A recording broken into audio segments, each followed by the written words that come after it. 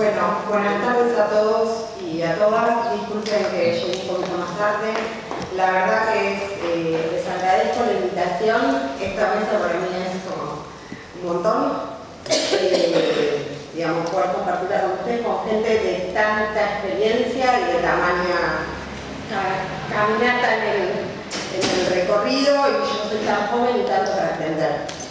Pero lo primero que quiero decir, antes de empezar a hablar del tema minero y qué es la extracción minera, y después para finalizar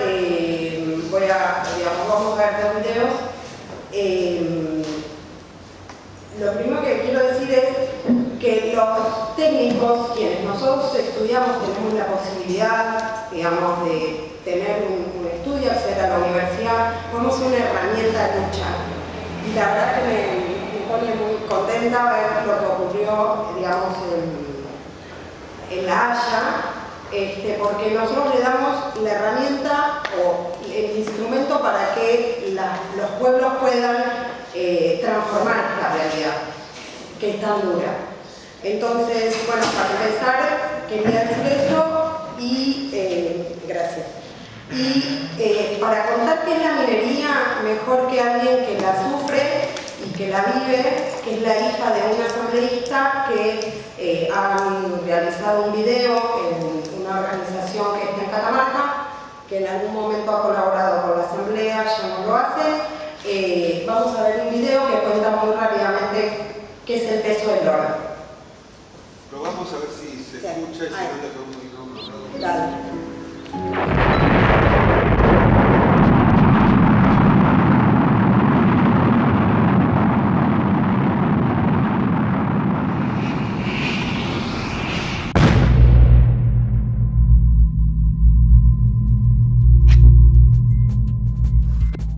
Hola, me llamo Isadora, pero me dicen Isa y vivo en Catamarca, una provincia de Argentina. Quería contarles lo que aprendí sobre esta pulsera de oro que pesa solamente 10 gramos y se puede conseguir en una joyería. La joyería se la compra a un distribuidor, el distribuidor se la compra a un importador y el importador a su vez se la compra a una fábrica de Europa o Asia. ¿De dónde salió el oro para que la puedan fabricar? El oro que utilizaron para fabricar esta pulsera es producto de la minería y probablemente estos 10 gramos hayan sido extraídos de la cordillera de los Andes, porque de nuestras montañas de América del Sur se extrae gran parte del oro que se consume en todo el mundo. Y nosotros, quienes vivimos en esta tierra, utilizamos menos del 1% de todo ese oro. ¿Qué es la minería? La minería es el proceso por el cual se extraen o sacan de la tierra los minerales, como los metales, por ejemplo, el oro de la pulsera. ¿Qué pasos utilizaron las mineras para sacar el oro necesario para la pulsera? Ya no usan las mismas formas o métodos que se utilizaban hace mucho tiempo. Esto es porque las empresas terminaron las montañas en donde los metales estaban juntos en un solo bloque de roca, o sea, ya no están concentrados en un solo lugar, sino que ahora están dispersos entre los minerales que forman las rocas de las montañas. Hoy se explotan 2.000 kilos de montaña para extraer 1 gramo de oro. Es lo mismo que desarmar 2 autos para utilizar una sola tuerca. ¿Y qué pasó al no encontrar tantos metales como antes en las montañas? Dejamos de usarlos, usamos menos. ¿Reutilizamos el que ya se sacó? No. Las empresas inventaron una nueva forma de sacarlo y la llamaron megaminería metalífera a cielo abierto. ¿Qué es esto de la megaminería metalífera a cielo abierto? Tal como nos dice su nombre, la megaminería es grande, muy grande. Para que la megaminería sea posible, se necesitan grandes extensiones de tierra, generalmente en zona de montañas, en donde están los glaciares, que son la principal fuente de agua para el consumo de las personas. Una empresa megaminera ocupa 10 millones de metros cuadrados, que es lo mismo que necesitamos para construir 2.500 canchas de fútbol o 35.000 viviendas. Para que todo esto sea posible, las megamineras destruyen y desmontan todo lo que hay en el lugar. Destruyen los glaciares, árboles que tardaron cientos de años en crecer son arrancados, los animales abandonan su hábitat natural y muchas veces corren peligro de extinción. Son alterados los cauces de los ríos y comunidades originarias y campesinas son expulsadas y junto a ellas su cultura ancestral. Una vez despejado el terreno, las empresas mineras necesitan sacar la roca para triturarla y conseguir los metales. Explotan 20.000 kilos de montaña para obtener los 10 gramos de oro que pesa la pulsera. Por día explotan 3 millones de kilogramos de montaña, lo mismo que pesan 600 camiones. ¿Cómo es el proceso de extracción? Las mineras realizan un promedio de 9 grandes explosiones diarias para obtener los metales. Lo hacen durante los 365 días del año. Y esto suma 3.285 explosiones en un año. Para hacerlo utilizan 70.000 kilogramos de explosivos, lo mismo que pesan casi 70 autos. Estas explosiones provocan que se eleven y desparramen en el aire gases y polvos muy tóxicos que producen graves enfermedades respiratorias en las poblaciones cercanas a la mina. Los gases nitrosos forman una especie de nube y provocan lo que conocemos como lluvia ácida. Así, mediante explosiones, es como se hacen los open pit, o sea, los agujeros o tajos abiertos. Estos huecos miden 2 kilómetros de ancho y 800 metros de profundidad, y equivale aproximadamente a 1,5 millones de piscinas olímpicas. Hasta acá, las empresas mineras destruyeron todo lo que había, explotaron la montaña e hicieron un enorme hueco. ¿Qué hacen con la roca que queda de esas explosiones? La roca que queda es transportada por enormes camiones hasta cintas que la trasladan a estaciones de molienda, que son enormes rodillos que trituran la roca. Para que todo esto sea posible, por día se necesita la misma cantidad de combustible que utilizaría un auto para dar 15 vueltas al mundo, la misma energía eléctrica que utilizarían 2 millones de personas en sus casas y millones de litros de agua. ¿Qué tipo de agua utilizan? Las empresas mineras utilizan agua de un alto grado de pureza para que los procesos de separación sean más eficientes. El agua superficial no les alcanza, por lo que generalmente colocan bombas que chupan el agua de las reservas subterráneas. Utilizan por día 100 millones de litros de agua, lo que podrían tomar 50 millones de personas. Para separar el oro de los demás minerales, las empresas mineras generalmente utilizan el método de lixiviación, que consiste en aplicar cianuro. El cianuro, aparte de ser muy tóxico, funciona como un imán para las partículas de oro dispersas entre las piedras. Otras mineras, en cambio, utilizan el método de flotación. Mediante químicos, generan burbujas que separan los minerales. En ambos casos, tanto en la lixiviación como en la flotación, se usan químicos nocivos para la salud, que van a parar a diques de cola. Los llamados diques de cola son reservorios de millones de metros cúbicos de desechos líquidos y barro con cianuro, arsénico, plomo y demás metales pesados que filtran el subsuelo afectando ríos y arroyos. Una vez terminadas las explotaciones, estos diques de cola quedan abandonados como bombas de tiempo para nosotros y las generaciones futuras. Estos diques de cola son 3 veces más grandes que las ciudades cercanas a ellos. Una vez terminado el proceso, se obtiene un barro enriquecido en oro y otros metales muy costosos, que son transportados por cientos de kilómetros por medio de unos caños llamados mineraloductos, que atraviesan arroyos, ríos y poblaciones, hasta trenes, que a su vez llevan la carga a barcos. Estos barcos saldrán del país llevando nuestras montañas trituradas a los países que luego fabricarán la pulsera. Cuando yo nací, también comenzó a existir la megaminería en Argentina, y justamente fue en Catamarca, mi provincia. Todos decían que la empresa iba a traer riqueza y trabajo para las personas. Hoy, 16 años después, Catamarca sigue siendo una de las provincias más pobres y con mayor cantidad de personas sin trabajo del país. Las únicas enriquecidas son las empresas. A mis padres, amigos, vecinos y a mí nos persiguen simplemente porque protegemos la vida, nuestra vida. El Estado y la justicia solo protegen a las empresas. Esta balanza solo pesa 10 gramos de oro de la pulsera, pero no puede pesar millones de litros de agua, hectáreas de bosques nativos, flora, fauna, paisajes, aire puro, glaciares y ríos, las comunidades y sus culturas. Esta balanza no pesa, los medios ocultan y los manuales no enseñan todo lo que se destruye. Por eso estamos comprometidos en construir un mundo más parecido al que queremos y necesitamos para la vida, nuestra vida.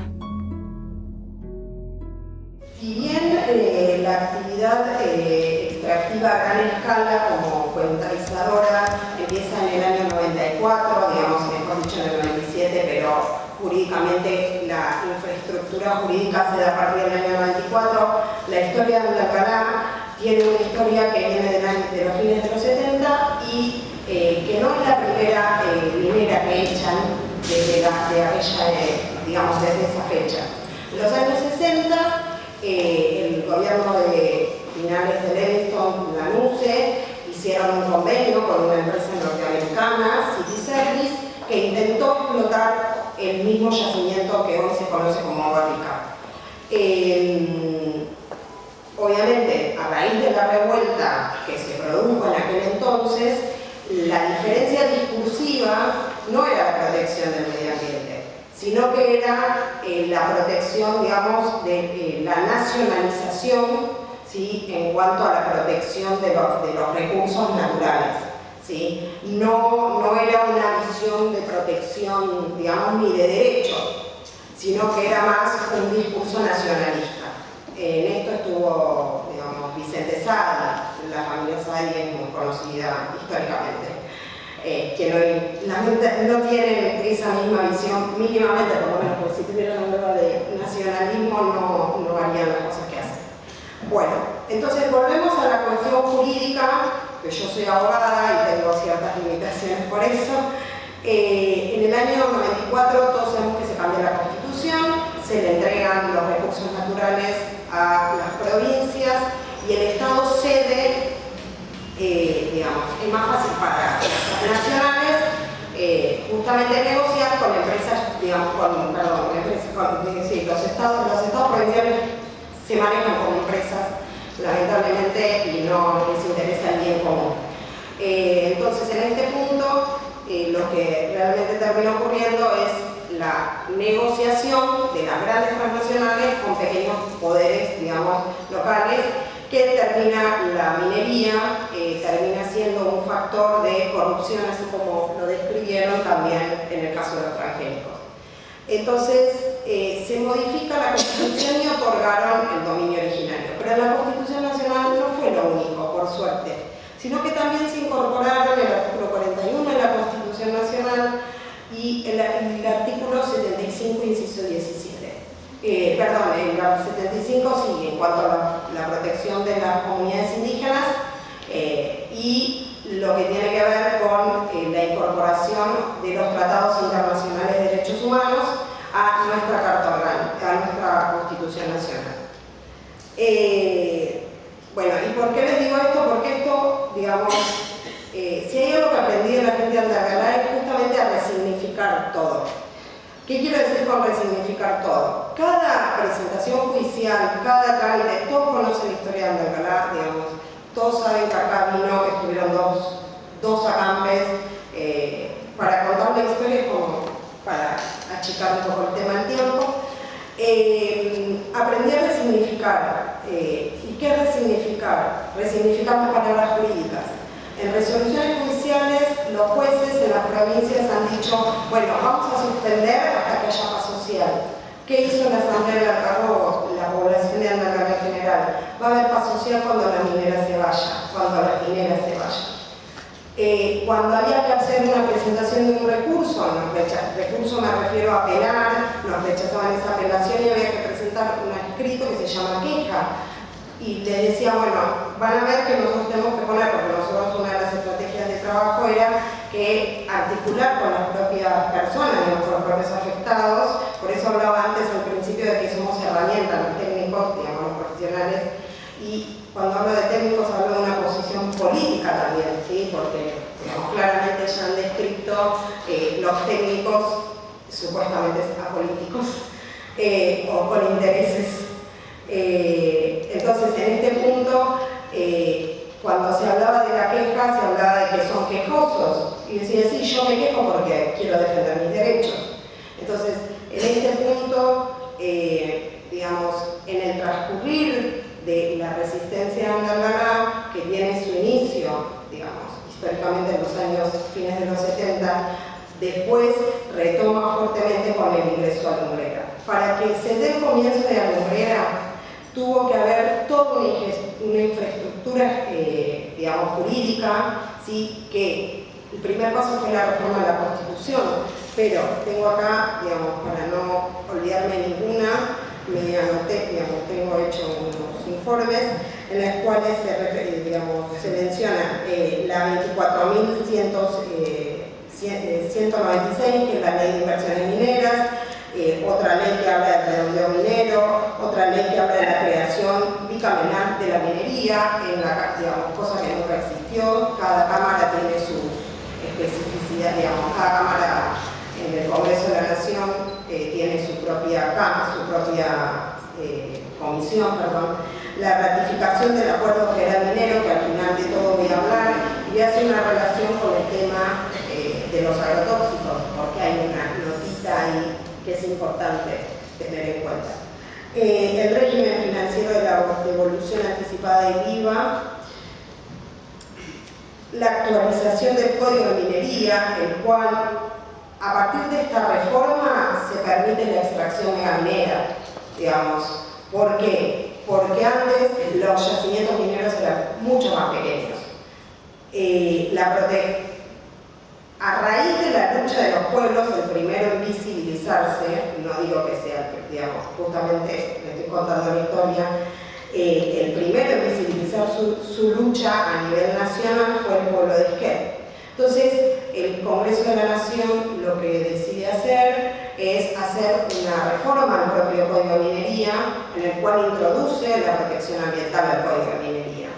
Después, posteriormente a ello, viene el Tratado Binacional de Argentina-Chile, que permite la existencia del actual Bajo Lama y pretenden ellos, digamos, los poderosos, los políticos, los que tienen en el poder o ejercen en realidad la administración pública, porque el poder lo ejerce la gente, sí, lo ejerce la gente. Entonces, en este punto, bueno, a partir de esta visibilización que hizo el pueblo de Esquel, hubo una reforma, digamos, se crearon otras leyes, que hay una que es la columna vertebral, que es la Ley General del Ambiente, de la cual nosotros podemos sacar varias, digamos, principios, pero uno muy importante es el acceso a la información, que está complementado a su vez con la ley pública, la ley de acceso a la información pública ambiental, y el otro es el de la participación ciudadana. ¿Por qué hablo de la participación ciudadana? Y lo retomo con los tratados internacionales de derechos humanos. Porque el pueblo andalgalá ha sabido resignificar qué es la autodeterminación de los pueblos. En el año 66 se han sancionado, digamos, Naciones Unidas, todos los países, nosotros tenemos incorporados en nuestro tratado, en nuestra constitución, ha receptado ese concepto en cuanto a lo que implica el vivir, no en un ambiente sano, pero sí que las poblaciones, los pueblos, puedan decidir qué quieren hacer con sus recursos naturales. Y para ello, y para terminar la charla, te pido si puedes poner el...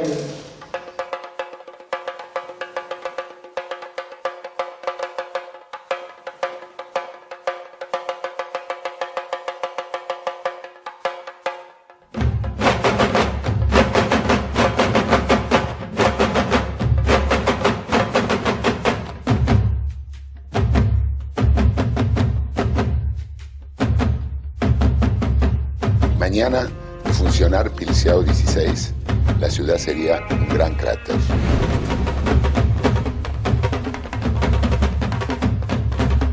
El pueblo de Andagalá despertó y está de pie.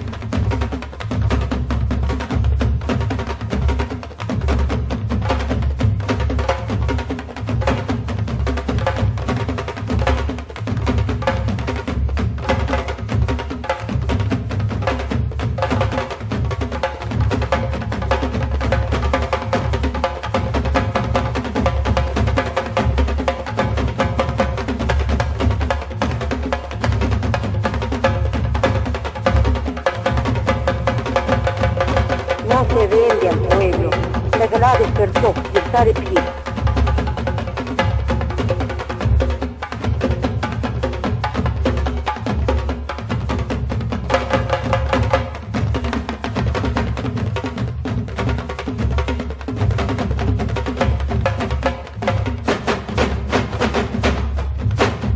No se vende al pueblo.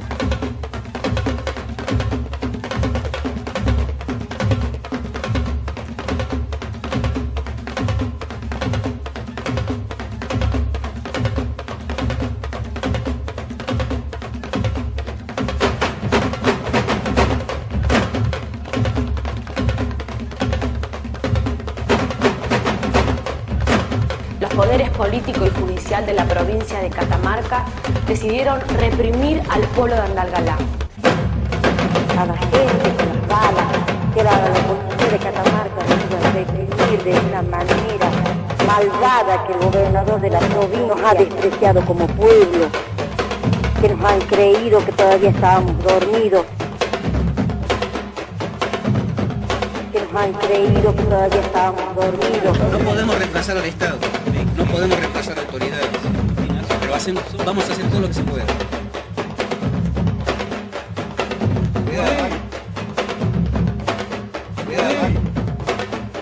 No podemos reemplazar al Estado, no podemos reemplazar a autoridades. Vamos a hacer todo lo que se pueda. Vos naciste en la democracia y yo luché por la democracia. Nosotros no teníamos armas, ellos sí tenían armas. Ellos tenían las armas del poder. Y yo luché por la democracia. Las armas del poder. La despertó y está de pie. ¡Basta, basta! ¡Basta, que hay gente! ¡Basta, que hay mujeres y niños! ¡Basta, basta! Vamos a hacer todo lo que se pueda, todo lo que se pueda, todo lo que se pueda, todo lo que se pueda. Nosotros no teníamos armas, ellos sí tenían armas, las armas del poder. Pero vamos a hacer todo lo que se pueda. Ya nos dieron la bandera, ahora nos van a dar nevado. Vamos a hacer todo lo que se pueda. Están equivocados. Despertó y está de pie. Están equivocados. No podemos reemplazar al Estado. Despertó y está de pie. No podemos reemplazar a autoridades. Nosotros no teníamos armas, ellos sí tenían armas. Vamos a hacer todo lo que se pueda. Ellos tenían las armas del poder. Están equivocados. Las armas del poder. Vamos a hacer todo lo que se pueda. Vamos a hacer todo lo que se pueda. Están equivocados.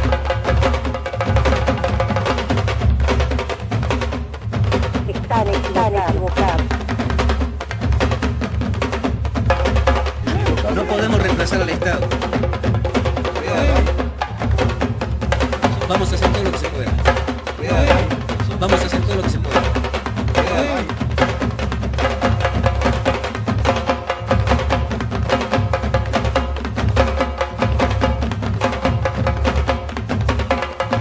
Llame para que hagamos la primera llamada al aire.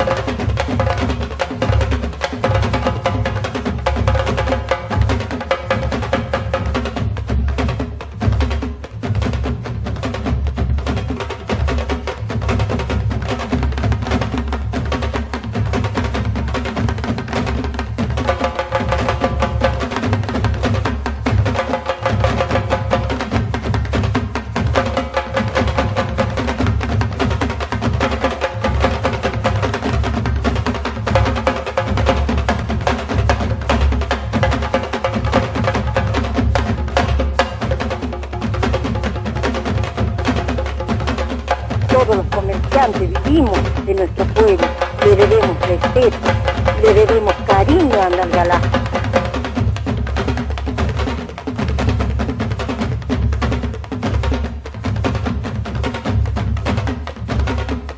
Andalgalá somos todos. Porque es nuestra tierra, porque es nuestra tierra. Mi jefe, quien ya lo nombraron, Adolfo Pérez Esquivel, que él dice que la dominación no viene por lo económico, sino por lo cultural. Por lo tanto, si le podemos dar batalla cultural, nos podemos echar. Muchas gracias.